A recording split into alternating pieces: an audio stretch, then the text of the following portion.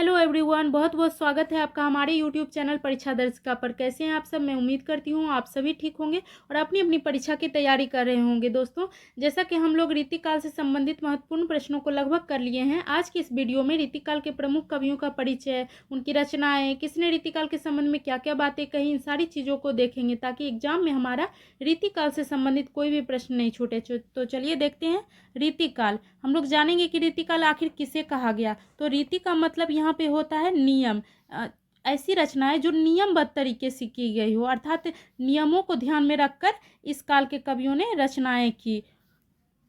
और दोस्तों, ये भी जानना जरूरी है कि आखिर ये जो रीतिकाल है, भक्ति काल है, आधुनिक काल है, ये कालखंड क्यों किए गए। तो आपको बता दूं कि विगत 1000 वर्षों का जो पूर्व जो हमारा हिंदी साहित्य का इतिहास रहा है, उसे सफलतापूर्वक अध्ययन करने के लिए, ताकि हमें पता चले कि किस कवि ने कौन सी रचनाएं कब लिखी, उन रचनाओं की कौन कौन सी विशेषताएं थी, इन सब के बारे में जानने के लिए विद्वानों ने इसे कालखंड में विभाजित किया। अब इसके विभाजन से यह पता चल गया है कि ये रचना रीतिकाल में लिखी गई है, ये भक्ति काल में है, तो इसलिए हिंदी साहित्य के कालखंड में विभाजन किया गया। तो दोस्तों, अब जानते हैं इसकी समय सीमा के बारे में। तो इसका समय सीमा है 1643 ईस्वी से 1843 ईस्वी। ऐसे विद्वानों में बहुत मतभेद है इसकी समय सीमा को लेकर। अलग अलग बुक में आपको अलग अलग दिया रहेगा, लेकिन इससे कंफ्यूज नहीं होना है। इसकी समय है 1643 से 1843 ईस्वी। तो चलिए आगे देखते हैं। और दोस्तों, नियमबद्ध रचनाएं से तात्पर्य यह है कि मान लीजिए कि किसी कवि ने कोई परंपरा चलाया, तो उसके बाद जितने भी कवि आए, सारे कवि उस नियम में बंधकर ही अपनी रचनाएं की। तो चलिए देखते हैं यहाँ पे क्या है। रीति से विद्वानों का तात्पर्य पद्धति, शैली, काव्यांग, निरूपण से है। रीतिकाल को श्रृंगार काल, अलंकृत काल आदि नामों से जाना जाता है। तो रीतिकाल को किस किस के नाम से जाना जाता है? श्रृंगार काल, अलंकृत काल आदि नामों से। आगे है, इस काल का नाम रीतिकाल रखने का श्रेय किसे जाता है? आचार्य रामचंद्र शुक्ल को। यद्यपि शुक्ल जी ने रस या भाव की दृष्टि से श्रृंगार काल कहने की छूट दी है। आचार्य शुक्ल ने रीतिकाल का प्रवर्तक किसे माना है? तो आचार्य चिंतामणि को माना है। ये प्रश्न हमारा यहाँ बनता है कि शुक्ल ने रीतिकाल का प्रवर्तक आचार्य किसे माना है? तो चिंतामणि को। विभिन्न विद्वानों ने रीतिकाल को श्रृंगार काल, अलंकृत काल, रीति काव्य, कला काव्य आदि नामों से उद्बोधन किया। यहाँ भी हमारा प्रश्न बनता है, रीतिकाल को किस किस नाम से जाना जाता है?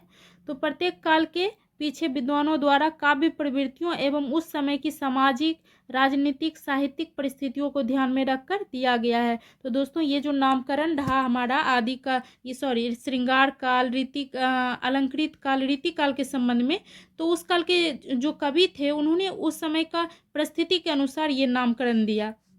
चलिए देखते हैं। सामान्यतः इस काल के कवि अधिकतर राज दरबारों में रहा करते थे। तो ये हम लोग जानते हैं कि उस काल के कुछ कवियों को छोड़ दे तो अधिकतर जो थे वो राज दरबार में ही रहा करते थे। अतः हुए कवि अपने आश्रयदाता को प्रसन्न करने के लिए उनके विचारों के अनुरूप पाठ करते थे। श्रृंगार परक रचनाओं की अधिकता थी इस समय, ये तो जानते ही हैं। इस काल में इस धारा के विपरीत ऐसे भी कवि हुए, मतलब रीतिबद्ध धारा का यहाँ बात हो रहा है। तो रीतिबद्ध धारा के विपरीत ऐसे भी कवि हुए जिन्होंने स्वच्छंद विचारधारा से उन्मुख होकर अपनी कविताएं की। तो उन्होंने जो यहाँ पे रीति मुक्त काव्य धारा के विषय में कहा गया कि ये कवि जो है किसी भी राज दरबार में मतलब अगर रहे भी तो उन्होंने किसी की प्रशंसा नहीं की। अपनी स्वतंत्र विचारधारा के अनुसार उन्होंने अपना पाठ की रचना की। ऐसे कवियों की श्रेणी में कौन कौन आते हैं रीति मुक्त कवि के श्रेणी में? तो आलम है, बोधा है, ठाकुर है, घनानंद है, ये सब आते हैं। तो यहाँ से भी हमारा प्रश्न बनता है कि स्वच्छंद धारा के कवि कौन कौन हुए? तो आलम, बोधा, ठाकुर, घनानंद। चलिए देखते हैं। एक बात स्पष्ट है कि इस काल को देखा जाए तो अलंकार की दृष्टि से कविता उत्कृष्ट ऊंचाई पर पहुंची थी, क्योंकि इस काल में रचनाओं में अलंकार की विशेषता मिलती है, छंदों की विशेषता मिलती है, तो इसलिए उत्कृष्ट ऊंचाई देखने को मिलती है। कवियों की चमत्कार प्रवृत्ति के कारण काव्य में उत्तरोत्तर निखार आ जाता है। अलंकारों एवं छंदों का काव्य में विभिन्न प्रकार से प्रयोग होने लगा, विशेषता इस काल में। तो चलिए देखते हैं। रामचंद्रिका किसकी रचना है? आप लोग को तो पता ही होगा, केशव दास की रचना है। रामचंद्रिका, इसको हम लोग प्रश्न में भी किए थे। तो रामचंद्रिका में तो छंदों की विविधता इस सीमा तक पहुंच गई कि विद्वानों ने इसे छंदों का अजायब घर कहा है। तो यहाँ से भी हमारा प्रश्न बनता है फ्रेंड्स कि रामचंद्रिका को छंदों का अजायब घर कहा गया है। तो चलिए, हिंदी साहित्य की कला पक्ष की दृष्टि से देखा जाए तो इस काल के कवियों ने अपना उत्कृष्ट योगदान देकर हिंदी साहित्य में नई पहचान बनाई है। अब आगे देखते हैं रीतिकाल का नामकरण। तो दोस्तों यहाँ से भी हमारा प्रश्न बनता है कि रीतिकाल को नामकरण किस किस विद्वानों ने क्या क्या किया। तो देखते हैं, इसका समय सीमा तो देख लीजिए, 1643 से 1843 ईस्वी को। और रीतिकाल को उत्तर मध्यकाल या रीतिकाल कहा गया है। इस काल के विद्वानों द्वारा दिए गए नाम को देख लेते हैं। तो नामकर्ता यहाँ पे दिया हुआ और नामकरण। अलंकृत काल किसने कहा रीतिकाल को दोस्तों? तो मिश्र बंधु, ये 3 भाई थे मिश्र बंधु। और रीतिकाल ये किसने नामकरण दिया? तो आचार्य रामचंद्र शुक्ल। कलाकाल किसने कहा रीतिकाल को? रमाशंकर शुक्ल रसाल ने कलाकाल कहा है रीतिकाल को। श्रृंगार काल किसने कहा है? आचार्य विश्वनाथ प्रसाद मिश्र। और इसमें से ये प्रश्न अलंकृत काल और ये रीतिकाल और श्रृंगार काल ये खूब पूछा जाता है कि रीतिकाल को अलंकृत काल किसने कहा, रीतिकाल को रीतिकाल किसने नामकरण दिया, श्रृंगार काल किसने नाम दिया। तो ये बहुत ज़्यादा महत्वपूर्ण है, आप इसे एकदम याद कर लीजिएगा। चलिए अब बात करते हैं कि रीतिकाल को कितने भागों में बांटा गया है। तो जैसे कि हम लोगों ने भक्ति काल को पढ़ा था कि उसे 2 काव्य धारा में बांटा गया, पहला निर्गुण भक्ति धारा, दूसरा सगुण भक्ति धारा।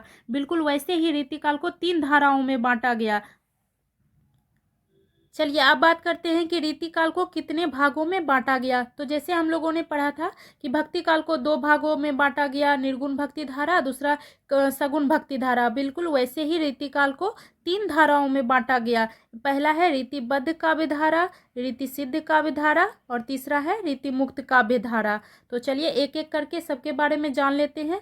तो रीतिबद्ध काव्य धारा, तो दोस्तों इसके बारे में बता दें कि इस काव्य धारा में वैसी रचनाएं हुई जिसकी रचना नियमों या परंपराओं में बंध कर की गई रचना, उसे रीतिबद्ध काव्य धारा किए गए। तो देख लेते हैं इसे। इस वर्ग में वे कवि आते हैं जिन्होंने लक्षण ग्रंथों की रचना की, इसके बारे में हम लोग तो जान ही गए हैं पहले, और तथा काव्यों की रचना की, लक्षण ग्रंथों की रचना की और काव्य रचना की। ऐसे कवि रीति के बंधन में बंधे हुए हैं, अर्थात इस धारा के रचनाकार कवि और आचार्य दोनों हुए। इस धारा के प्रमुख कवि देख लेते हैं तो कौन कौन है, ये बहुत महत्वपूर्ण है कि इस धारा के प्रमुख कवि हुए चिंतामणि, मतीराम, देव, जसवंत सिंह, मुंडन, कुलपति मिश्र, भूषण, भिखारी, दास, दुल्लह, सोमनाथ, पद्माकर, सुरती मिश्र, प्रताप सिंह, ग्वाल, रसिक गोविंद, ये सब इस धारा के प्रमुख कवि है। अगला देख लेते हैं अपना रीति सिद्ध काव्य धारा। तो रीति सिद्ध काव्य धारा के विषय में दोस्तों, इस धारा के कवि ने रीति ग्रंथों की रचना ना करके उसके अनुसार और भी उत्कृष्ट काव्य की रचनाएं की है। तो देखते हैं, इस वर्ग में वे कवि आते हैं जिन्होंने रीति ग्रंथ या लक्षण ग्रंथों की इन्होंने रचना नहीं की है, परंतु रीति सिद्ध कवियों की रीति की भली भांति जानकारी थी, वे इसमें पारंगत थे, जिसका प्रयोग कवियों ने अपनी काव्य ग्रंथों में किया। अब देखते हैं इस धारा के प्रमुख कवि कौन कौन हुए। तो इस धारा के प्रतिनिधि कवि थे बिहारी लाल। इस वर्ग के कवियों में प्रमुख कवि कौन है? बिहारी लाल है, रसनिधि है, नृप शंभु, बेनी बंदीजन, बेनी कवि, बेनी प्रवीण, राजा मान सिंह, पजनेश, राम सहाय, ये सब इस धारा के प्रमुख कवि हुए। तो चलिए आगे देखते हैं रीति मुक्त काव्य धारा। तो इसके विषय में देख लेते हैं कि इस वर्ग के अंतर्गत वे कवि आते हैं जो रीति बंधन से परिपाटी से मुक्त थे। तो ये किस धारा के कवि थे? ये रीति मुक्त काव्य धारा के कवि थे। इन्हें स्वच्छंदवादी कवि भी कहा है कि स्वतंत्र रूप से इन्होंने अपनी रचनाएं की। इस वर्ग के कवि काव्य परिपाटी से अलग हटकर स्वच्छंद रूप से अपने विचारों और अभिव्यक्ति को काव्य की रूप दी। इस धारा के कवि प्रयत्न करके कविता नहीं की, वरन कविता इनके हृदय से फूटी। इस धारा के कवि के हृदय से कविता फूटी। इन्हें स्वच्छंदतावादी कवि भी कहा जाता है। तो इस तरह से रीति मुक्त काव्य धारा के कवि को स्वच्छंदतावादी भी कहा जाता है। इस वर्ग के प्रमुख कवि कौन कौन हुए? तो घनानंद हुए, आलम हुए, बोधा हुए, ठाकुर हुए, द्विजदेव हुए, ये सब प्रमुख है। तो दोस्तों एक बात और बता दूं आपको कि आप लोग रीतिबद्ध, रीति सिद्ध और रीति मुक्त तीनों काव्य धाराओं को, कवियों को अच्छी तरह से उन्हें पढ़ लीजिए, क्योंकि यहाँ से प्रश्न पूछा जाएगा कि इस काव्य धारा के अंतर्गत कौन कौन से कवि आते हैं। तो चलिए अब आते हैं रीतिकाल के प्रमुख कवि और उनकी रचनाओं के ऊपर। तो पहले कवि हुए चिंतामणि त्रिपाठी, जो कि रीतिबद्ध काव्य धारा से है। तो देखते हैं इनके विषय में क्या है। तो ये रत्नाकर त्रिपाठी के पुत्र और तिकवापुर जिले कानपुर के ये निवासी थे। परंपरा से प्रसिद्ध है कि भूषण, मतीराम और जटाशंकर इनके भाई थे। ये प्रसिद्ध कवि भी रहे हैं। इस पर भी विद्वानों में विवाद है। इसका जन्मकाल देखें तो 1600 ईस्वी लगभग इसका जन्मकाल माना गया है और मृत्यु इनका 1680 से 85 के आसपास माना गया है। ये सूर्यवंशी, शाहजी भोसले, शाहजहां और दारा सिकों के आश्रम में रहे हैं। अब इनकी रचनाओं को देख लेते हैं। तो इनकी रचनाएं हैं छंद विचार पिंगल, काव्य विवेक, कवि कुल कल्पत्रु, ये बहुत पूछा जाता है। काव्य प्रकाश, ये भी पूछा जाता है। रामायण, ये सब इनकी रचनाएं रही। अगले कवि हुए केशव दास। इनके रचना समय देखें तो 1560 से 1617 ईस्वी इसका समय सीमा रहा है। तो आचार्य केशव दास ओरछा नरेश महाराज राम सिंह के भाई इंद्रजीत सिंह के सभा में ये रहते थे, जहाँ इनका बहुत सम्मान मिलता था इन्हें। ये ब्राह्मण कृष्णदत्त के पौत्र थे और इनके काशीनाथ के ये पुत्र थे। पंडित विश्वनाथ प्रसाद मिश्र ने केशव को प्रथम आचार्य माना है। तो विश्वनाथ प्रसाद के अनुसार केशव प्रथम आचार्य है। केशव ने पहली बार काव्यांगों पर विचार किया तथा संस्कृत की परंपरा की स्थापना भी पहली बार इन्होंने की। आचार्य रामचंद्र शुक्ल ने केशव की कविता में दुरूहता और अस्पष्टता का आरोप लगाया और उन्हें कठिन काव्य का प्रेत कहा। तो दोस्तों इसके बारे में बता दें कि केशव दास को अलंकार से इतना प्रेम था कि उनकी रचनाएं में इनकी अधिकता थी, जिससे क्या होता था कि रचना का मूल भाव दब जाता था और उनकी रचनाएं कठिन मतलब प्रतीत होती थी, जिससे कि आम लोग की पहुंच से दूर हो जाती थी। इसलिए शुक्ल जी ने उन्हें कठिन काव्य का प्रेत कहा है। केशव कवि और आचार्य दोनों थे। आचार्य रामचंद्र शुक्ल ने केशव को रीति काल में स्थान न देकर भक्ति काल में सगुन धारा में इन्होंने स्थान दिया है, परंतु केशव दास का वर्णन रीति काल में ही करना उचित है। अब देख लेते हैं इनकी प्रमुख रचनाओं को। तो कवि प्रिया इनकी बहुत महत्वपूर्ण रचना हुई है। इससे प्रश्न पूछा भी जाता है। यह अलंकार से संबंधित शास्त्रीय ग्रंथ है। कवि प्रिया कहा जाता है कि केशव ने इसकी रचना साहित्य शिष्या राय प्रवीण के लिए की थी। राय प्रवीण केशव के आश्रयदाता इंद्रजीत सिंह के दरबार की गणिका थी। आगे देखते हैं रसिक प्रिया, ये भी पूछा जाता है। यह रस संबंधी शास्त्रीय ग्रंथ है। इस ग्रंथ में नायिका भेद का वर्णन किया गया है फ्रेंड्स, और श्रृंगार रस की प्रमुखता है। तो यहाँ से भी आपको प्रश्न पूछ दिया जाएगा कि रसिक प्रिया में किसका भेद है, तो नायिका भेद किया गया है। रामचंद्रिका, ये तो इनका बहुत ही महत्वपूर्ण ग्रंथ है। यह केशव की भक्ति परक रचना है। इसमें 115 प्रकार के छंद है। रामचंद्रिका को क्या कहा गया, अभी ऊपर हम लोग देखे थे कि इसे छंदों का अजायब घर कहा गया है। छंदमाला, इसमें उन्होंने छंदों का वर्णन किया है। वीर सिंह देवचरित, यह एक प्रशस्ति काव्य है। तो आप सोचते होंगे कि प्रशस्ति काव्य क्या है। तो इसके विषय में बता दें कि किसी व्यक्ति या वस्तु की प्रशंसा में जो लिखा जाता है काव्य, उसे प्रशस्ति काव्य कहा जाता है। जहांगीर जसचंद्रिका, यह भी एक प्रशस्ति काव्य है। रतन बावली, विज्ञान गीता, नक्सिक, ये सब इनकी महत्वपूर्ण ये है रचनाएं है। तो केशव को अलंकारवादी कहने के पीछे उन्हीं का एक दोहा प्रस्तुत है। तो देखते हैं उनके दोहा।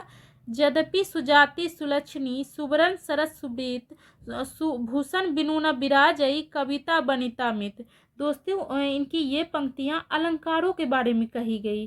श्रेष्ठ गुणी होने पर भी कविता और बनिता, यहाँ पे बनिता जो है स्त्री को कहा गया है।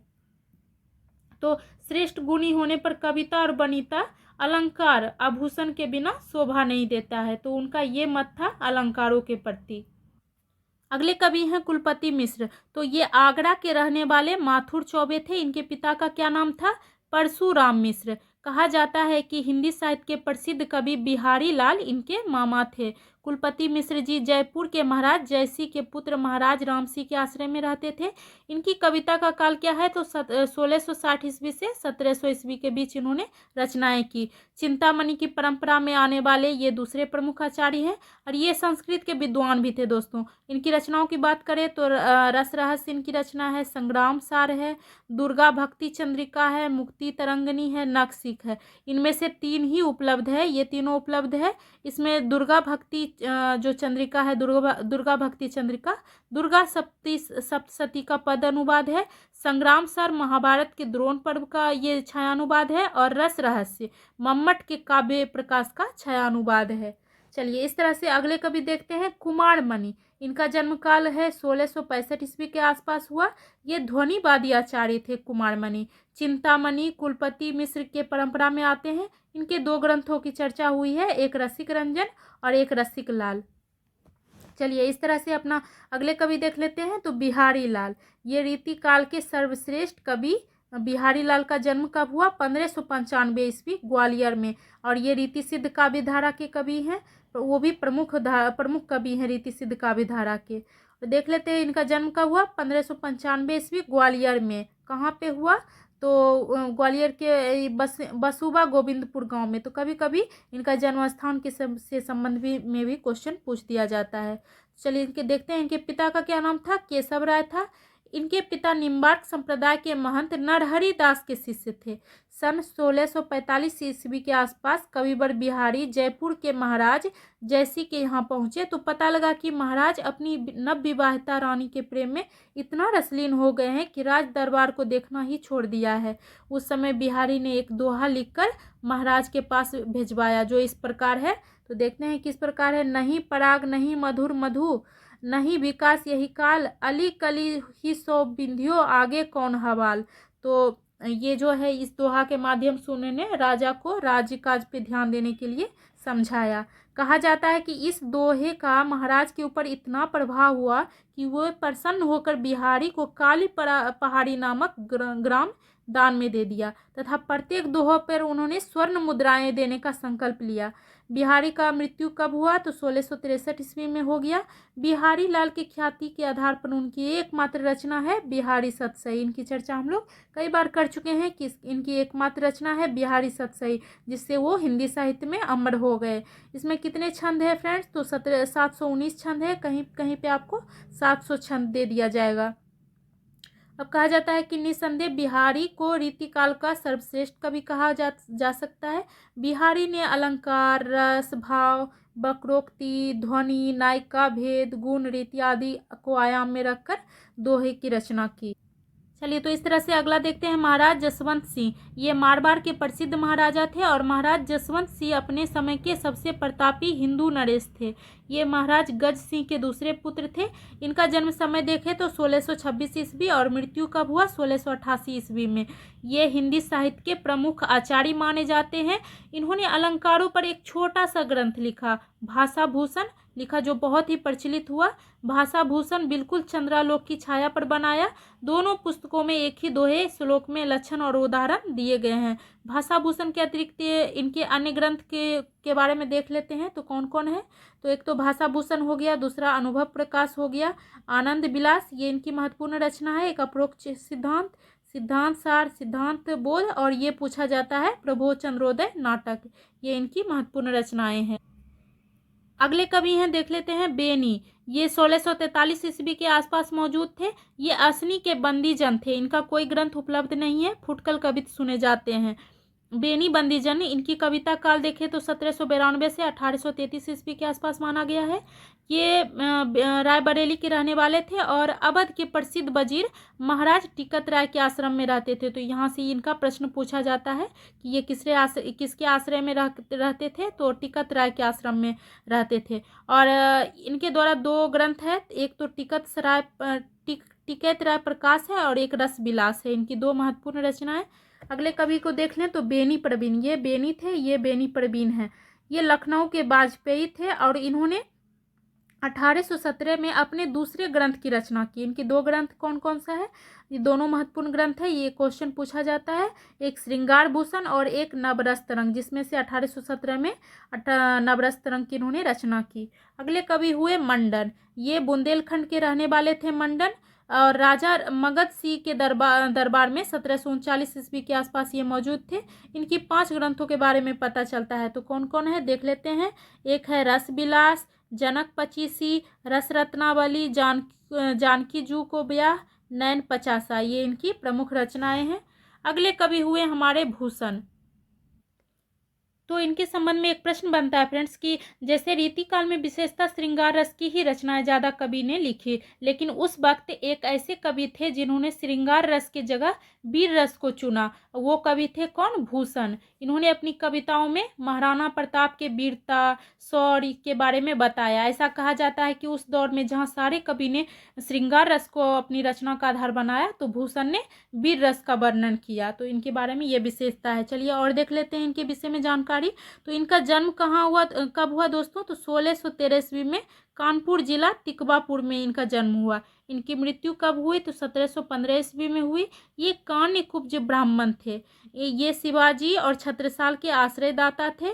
भूषण को हिंदू जाति का प्रतिनिधि कवि माना जाता है।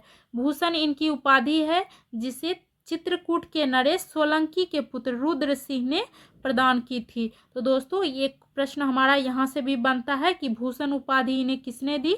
तो रुद्र सिंह ने इन्हें भूषण की उपाधि दी। रीति परंपरा से हटकर उन्होंने वीर रस की पूर्णता रचनाएं की। तो देख लेते हैं इनकी महत्वपूर्ण रचनाओं को। ये तीनों ही बहुत ही महत्वपूर्ण इनकी रचना है, याद कर लीजिएगा। एक शिवराज भूषण, एक शिवा बावनी, जिसमें से ये बहुत पूछा जाता है, और एक छत्रसाल दशक। चलिए इस तरह से अपना अगले कवि देख लेते हैं। मतीराम, इनका कब रहा ईस्वी? तो 1604 से 1701 तक ये रहे। ये तिकवापुर कानपुर के रहने वाले थे। और चिंतामणि और भूषण के भाई ये परंपरा से प्रसिद्ध है। मतीराम रीतिकाल के विशिष्टांग आचार्यों के प्रमुख थे। ये बूंदी महाराज भाव सिंह के यहाँ बहुत दिन तक रहे। इनकी ग्रंथ को देख ले तो एक मतीराम सतसई है। ललित ललाम, ये बहुत पूछा जाता है। ललित ललाम किसकी रचना है? मतीराम की। और ये रसराज, ये भी बहुत पूछा जाता है। एक और इनकी महत्वपूर्ण रचना है अलंकार पचासिका और वृत्त कमोदी। रसराज में रस और नायिका का भेद किया गया है। और ललित ललाम अलंकार सौंदर्य का वर्णन है। मतीराम सतसई में 703 दोहे है। मतीराम सतसई में अगले कवि हैं श्रीपति। ये कालपी के रहने वाले थे, कानीकुब्ज ब्राह्मण थे। 1720 ईस्वी में अपने ग्रंथ काव्य सरोज की इन्होंने रचना की। इनके ग्रंथ अन्य ग्रंथ देख ले तो काव्य सरोज है, रस सागर है, सरोज कालिका, अलंकार गंगा, कवि कल्पद्रुम, अनुप्रास विनोद, विक्रमशिला, ये सब इनकी महत्वपूर्ण रचनाएं हैं। अगले कवि हुए देव। तो फ्रेंड्स इनका जन्म कहाँ हुआ? तो इटावा उत्तर प्रदेश में इनका जन्म ब्राह्मण परिवार में हुआ। अपने जीवन काल में ये तमाम रईसों नवाबों के पास आश्रय में रहे, जिनके प्रमुख नाम दिया हुआ यहाँ। फफूंद रियासत के राजा कुशल सिंह, आजम शाह, सेठ भोगीलाल चरखापति, राजा सीताराम के भतीजे, भवानी दत्त वैश्य, राजा उद्धोत सिंह पिहानी के अधिपति अली अकबर खां, इन सभी के यहाँ आश्रय में इन्होंने ये रहा। रीतिकाल कवियों में कवि कृतित्व के कारण देव बहुत प्रसिद्ध हुए। इनकी पुस्तकों की कुल संख्या 52 मानी जाती है, और कोई 72 तक बताते हैं, लेकिन जो उपलब्ध पुस्तक है वो 15 तक ही है। तो इनका एक दोहा इस प्रकार है कि अभिधा उत्तम काव्य है, मध्य लक्षणा लीन, अधम व्यंजना रस बिरस, उल्टी कहत प्रवीण। तो ये इनकी जो दोहा है शब्द शक्तियों के विषय में दिया गया है। और इनकी अन्य रचनाओं के विषय विवरण देख लेते हैं। तो भाव विलास, जाति विलास, रस विलास, कुशल विलास, भवानी विलास, वृक्ष विलास, ये पूछा जाता है। पावस पचीसा, अष्टयाम, ये भी पूछा जाता है। सुजान विनोद, ये भी पूछा जाता है। प्रेम तरंग, राग रत्नाकर, देव चरित्र, प्रेमचंद्रिका, काव्य रसायन या शब्द रसायन, सुखसागर तरंग, ब्रह्म दर्शन 25, तत्व दर्शन 25, आत्मदर्शन 25, जग दर्शन 25, नखसिक, रसानंद लहरी, प्रेम दीपिका, प्रेम दर्शन। इस तरह से आप लोग पढ़ लीजिएगा, एक बार ध्यान में रहेगा बहुत हद तक। चलिए अगले कवि हुए भिखारी दास। इनका समय क्या सीमा था? तो 1705 से 1770 तक इन्होंने रहा। और इनका जन्म कहाँ हुआ? तो उत्तर प्रदेश के ट्योंग गांव में हुआ। और इनके पिता का क्या नाम था? कृपाल दास इनके पिता का नाम था। भिखारी दास ने अपना वंश परिचय अपने ग्रंथ में दिया। इन्होंने रस, छंद, अलंकार, रीति, गुण, दोष आदि का निरूपण किया। और इनके विषय में स्पष्टता कहा जा सकता है कि ये सर्वांग निरूपक आचार्य थे। इनकी रचनाओं में विवरण मिलता है। तो इनकी रचनाओं को देख लेते हैं। श्रृंगार निर्णय, काव्य निर्णय, जो कि बहुत महत्वपूर्ण ये है। श्रृंगार निर्णय में किसका वर्णन है? तो नायक नायिका के भेदों का वर्णन है। काव्य निर्णय में रस, अलंकार, गुण, दोष, ध्वनि, ये सब का वर्णन है। एक है शतरंज शतिका, छंदानुपर्व और छंद प्रकाश, रस सारांश, विष्णु पुराण भाषा, ये इनकी प्रमुख रचनाएं हैं। नेक्स्ट देख लेते हैं रसलीन। इनका कब समय सीमा रहा? 1699 से 1750 तक। इनका पूरा नाम पूछा जाता है दोस्तों एग्जाम में, तो इनका पूरा नाम क्या है? सैयद गुलाम नबी रसलीन इनका पूरा नाम हुआ। और रसलीन उपनाम से ये कविता रचते हैं। और जन्म स्थान बिलग्राम इनका उत्तर प्रदेश है। इनकी दो महत्वपूर्ण ग्रंथों की चर्चा होती है, अंगदर्पण और रस प्रबोध, ये अक्सर पूछा जाता है। इनका प्रसिद्ध दोहा दिया गया है कि अमी हलाहल मद भरे श्वेत श्याम रत्नार और जियत मरत झुकी झुकी परत जेहि चित्तवार, एक बार इनकी एक दोहा है। चलिए पद्माकर के विषय में देख लेते हैं। तो इनका समय सीमा क्या रहा है? 1753 से 1833 ईस्वी। इनका जन्म कहाँ हुआ? तो मध्य प्रदेश के सागर नामक स्थान पर हुआ। बांदा में इनका मूल निवास था। इनके पिता कौन थे? तो मोहनलाल भट्ट थे, जो अच्छे कवि भी थे। पद्माकर रीतिकाल के अंतिम श्रेष्ठाचार्य माने जाते हैं। ये कई राजाओं के आश्रय में रहे, जिसमें से नागपुर के महाराज रघुनाथ राव अप्पा साहेब भी उन्हें कहा जाता है। और जयपुर के नरेश महाराज प्रताप सिंह, गोसाई अनूप गिरी उपनाम हिम्मत बहादुर से ये जयपुर नरेश द्वारा इन्हें कविराज शिरोमणि की पदवी भी मिली। तो ये क्वेश्चन पूछा जा सकता है कि कविराज शिरोमणि की उपाधि किससे इन्हें मिले? तो जयपुर के नरेश थे, उनसे ही इन्हें मिली। कविराज शिरोमणि की उपाधि किसे दिया गया है? तो पद्माकर को दिया गया है। अब इसके द्वारा रचित ग्रंथ देख लेते हैं। हिम्मत बहादुर बिरुदावली इनकी ये रचना है। जगदुविनोद, पद्माभरण, गंगा लहरी, प्रबोध पचासा, प्रताप सिंह बिरुदावली और कल्ली पचीसी, ये इनकी महत्वपूर्ण रचनाएं हैं। अगले कवि हुए सेनापति। इन्हें 16वीं सदी का कवि माना जाता है। सेनापति के संबंध में जो जानकारी प्राप्त होती है वो उनके ही ग्रंथ से माना जा सकता है। इनके पिता का क्या नाम था? गंगाधर दीक्षित था। और इनका एकमात्र ग्रंथ है फ्रेंड्स कवित रत्नाकर। और इनका प्रिय अलंकार क्या है? श्लेष है, और जिसमें इन्हें पूर्णतः सफलता मिली है। सेनापति संस्कृत के विद्वान थे। अब है घनानंद। इनका कब है समय सीमा? तो 1689 से 1739 ईस्वी। और घनानंद स्वच्छंद काव्यधारा के प्रमुख कवि है, और इतिमुक्त काव्यधारा भी कहा गया है स्वच्छंद काव्यधारा को। तो आचार्य रामचंद्र शुक्ल ने घनानंद को साक्षात रस मूर्ति और ब्रज भाषा काव्य के प्रधान स्तंभों में से एक मानते हैं। घनानंद जाति के कायस्थ थे तथा बादशाह मोहम्मद सारंगीले के मीर मुंशी थे। ये राज दरबार में कुचक्र का शिकार हुए। इनके विषय में कहा जाता है कि एक बार राजा ने इनसे गाने के लिए कहा। इस पर घनानंद ने टाल मटोल करने लगे। तब वहाँ के कुछ लोगों ने इनकी प्रेमिका सुजान बोलेगी तब वो गाएंगे। तो सुजान को बुलाया गया। घनानंद ने सुजान की ओर मुँह करके और बादशाह की ओर पीठ करके राज दरबारियों ने गाना गाने लगे। तो इसमें राज दरबारियों द्वारा इसे तौहीन कर दिया गया। इससे राजा उन्हें देश से निकाल दिए। और इसी पे घनानंद ने सुजान को भी चलने की कहा अपने साथ। तो सुजान ने उनका साथ छोड़ दिया और मना कर दिया जाने से। तो इस घटना से घनानंद को गहरा आघात लगा। इसके बाद उनके मन में वैराग उत्पन्न हो गया और वे वृंदावन चले गए, वहाँ कृष्ण भक्ति की। और निम्बार्क संप्रदाय में उन्होंने वैष्णव धारण दीक्षा ले ली, निम्बार्क संप्रदाय में। तो यहाँ से क्वेश्चन पूछा जाता है कि घनानंद बाद में किस संप्रदाय से जुड़ गए? तो निम्बार्क संप्रदाय से वो जुड़ गए। घनानंद स्वच्छंद विचारधारा से प्रेरित मार्मिक कविता में एक सिंहस्थ कवि थे।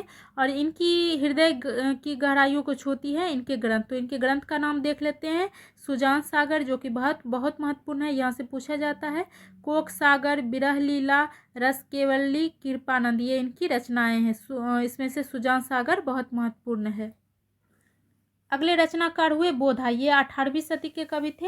ये बुंदेलखंड के रहने वाले थे। ये पन्ना नरेश के दरबारी थे। घनानंद की भांति इन्हें भी प्रेम पन्ना दरबार की नर्तिका सुभान से होने के कारण इन्हें देश से निकाल दिया गया। प्रेम की पीर की व्यंजना बड़ी ही मार्मिक ढंग से इन्होंने की और अपने समय के प्रसिद्ध कवि थे। इनके दो ग्रंथ मिलते हैं, एक विरह वारिस और एक इश्कनामा।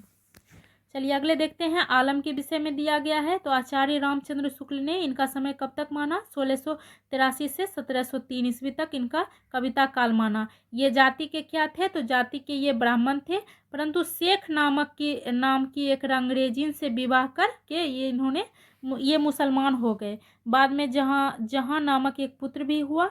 ये औरंगजेब के दूसरे बेटे मुअज्जम के आश्रय में रहते थे। इनकी भी प्रेम कहानी विचित्र है। इनके विषय में कहा जाता है कि आलम ने एक बार शेख, जो उनकी पत्नी थी, शेख से पगड़ी रंगने को कहा, तो भूलवश एक चिट दोहे की आधी पंक्ति मिली थी और उसमें लिखा था कि कनक छड़ी सी कामनी काहे को कटी छीन। शेख ने दोहा पूरा करके लिख दिया कि कोट कटी को कंचन काट विधि कुंचन मध्य धरी दीन। इसके बाद उस पगड़ी में चिट को रख दिया। इसके बाद आलम शेख से पूरे दीवाने हो गए और उनसे विवाह कर लिए। इस तरह से इनकी ये कहानी रही विवाह की। शेख भी कविता करती थी, उनकी जो पत्नी थी ये भी कविता करती थी और हाजिर जबानी में निपुण थी। एक बार की घटना है, शाहजहां मुअज्जम जो थे वो हंसी में पूछे कि क्या आलम की औरत आप ही हैं, तो शेख ने तुरंत उत्तर दिया, हाँ जहाँपनाह, जहान की माँ मैं ही हूँ। इस तरह से उन्होंने उत्तर दिया। इसका दर्द इनके एक वाक्य में भरा है। और आलम की कविताओं का संग्रह पूछा जाता है, आलम के लिए है इनकी कविताओं का संग्रह। चलिए अगले कवि देख लेते हैं, ठाकुर। ये 18वीं सदी के कवि रहे और इनकी जन्म जो हुआ, इनका जन्म ओरछा में हुआ। ठाकुर के पूर्वज काकेरी के निवासी थे। इनके बारे में प्रसिद्ध है कि हिम्मत बहादुर के अपमान पर ठाकुर ने अपनी मयान से तलवार निकाल लिया था।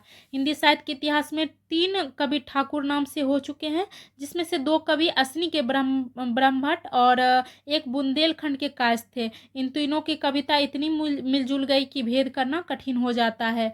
ये तीसरे मुक्त के कवि हैं और इनके काव्य में प्रेम के विविध प्रसंग, होली, बसंत आदि का स्वाभाविक चित्रण मिलता है। इन्हें लोक जीवन का अच्छा ज्ञान था फ्रेंड्स ठाकुर को। इनके 2 संग्रह मिलते हैं, एक ठाकुर शतक, एक ठाकुर ठसक। तो चलिए आगे देख लेते हैं द्विजदेव के विषय में। इनका रचना काल कब तक माना गया है, तो 1820 से 1861 ईस्वी तक माना गया है। ये रीति मुक्त धारा के अंतिम कवि थे द्विजदेव और इनकी प्रकृति प्रेम स्वच्छंद है। और इनके दो प्रमुख ग्रंथ है, एक श्रृंगार लतिका और श्रृंगार बतीसी। ये दोनों महत्वपूर्ण है, ये पूछा जाता है।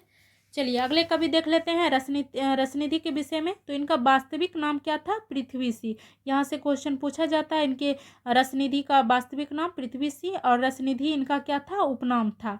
ये दतिया के बरौनी के एक जमींदार थे। इनका रचना काल क्या था, तो 1603 से 1660 ईस्वी। और ये बिहारी के तर्ज पर एक दोहा का ग्रंथ का निर्माण किया। इनकी ग्रंथ देख लेते हैं। एक है रतन हजारा, रसनिधि सागर, विष्णुपद कीर्तन, कवित, बारहमासा, हिंडोला, अरिल, ये इनकी दोहा ग्रंथ है। चलिए अगला देख लेते हैं बृंद। इनका कब तक रहा समय सीमा, तो 1643 से 1723 ईस्वी तक। ये जोधपुर के रहने वाले थे बृंद और इनका अधिकांश समय किशनगढ़ में बीता। इन्होंने बृंद सतसई की रचना की, जिसमें 702 है। इनकी अन्य रचनाओं को देख लेते हैं। तो एक तो बृंद सतसई या दृष्टांत सतसई, उसी को कहा गया है, और श्रृंगार शिक्षा, और एक भाव पंचाश, ये इनकी महत्वपूर्ण रचना है।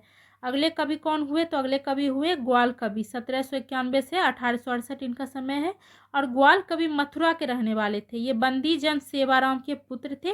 इनका प्रमुख ग्रंथ है रसरंग, रसिकानंद, कृष्णजू को नक्सिक और दूषण दर्पण, ये इनकी महत्वपूर्ण रचना है। अगले कवि हैं दुला। तो इनके विषय में देख लेते हैं। तो 1743 से 1768 इसका समय सीमा माना गया है।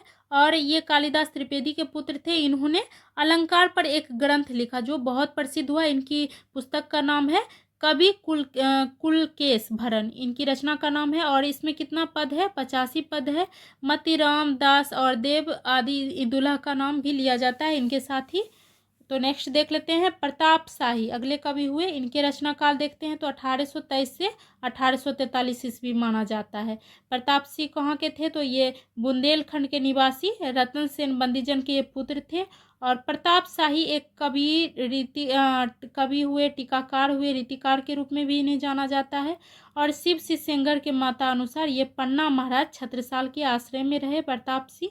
इनके ग्रंथों की चर्चा देख लेते हैं। तो अलंकार चिंतामणि, जयसी प्रकाश, श्रृंगार मंजनी, व्यंग्यार्थ कौमुदी, श्रृंगार शिरोमणि, अलंकार चिंतामणि, काव्य विनोद, काव्य पलाश, ये इनकी महत्वपूर्ण रचनाएं हैं। व्यंग्यार्थ कौमुदी और काव्य विलास इनकी प्रसिद्ध रचना है। एक व्यंग्यार्थ कौमुदी और एक क्या है, काव्य विलास। चलिए अगले कवि हैं तोषनिधि।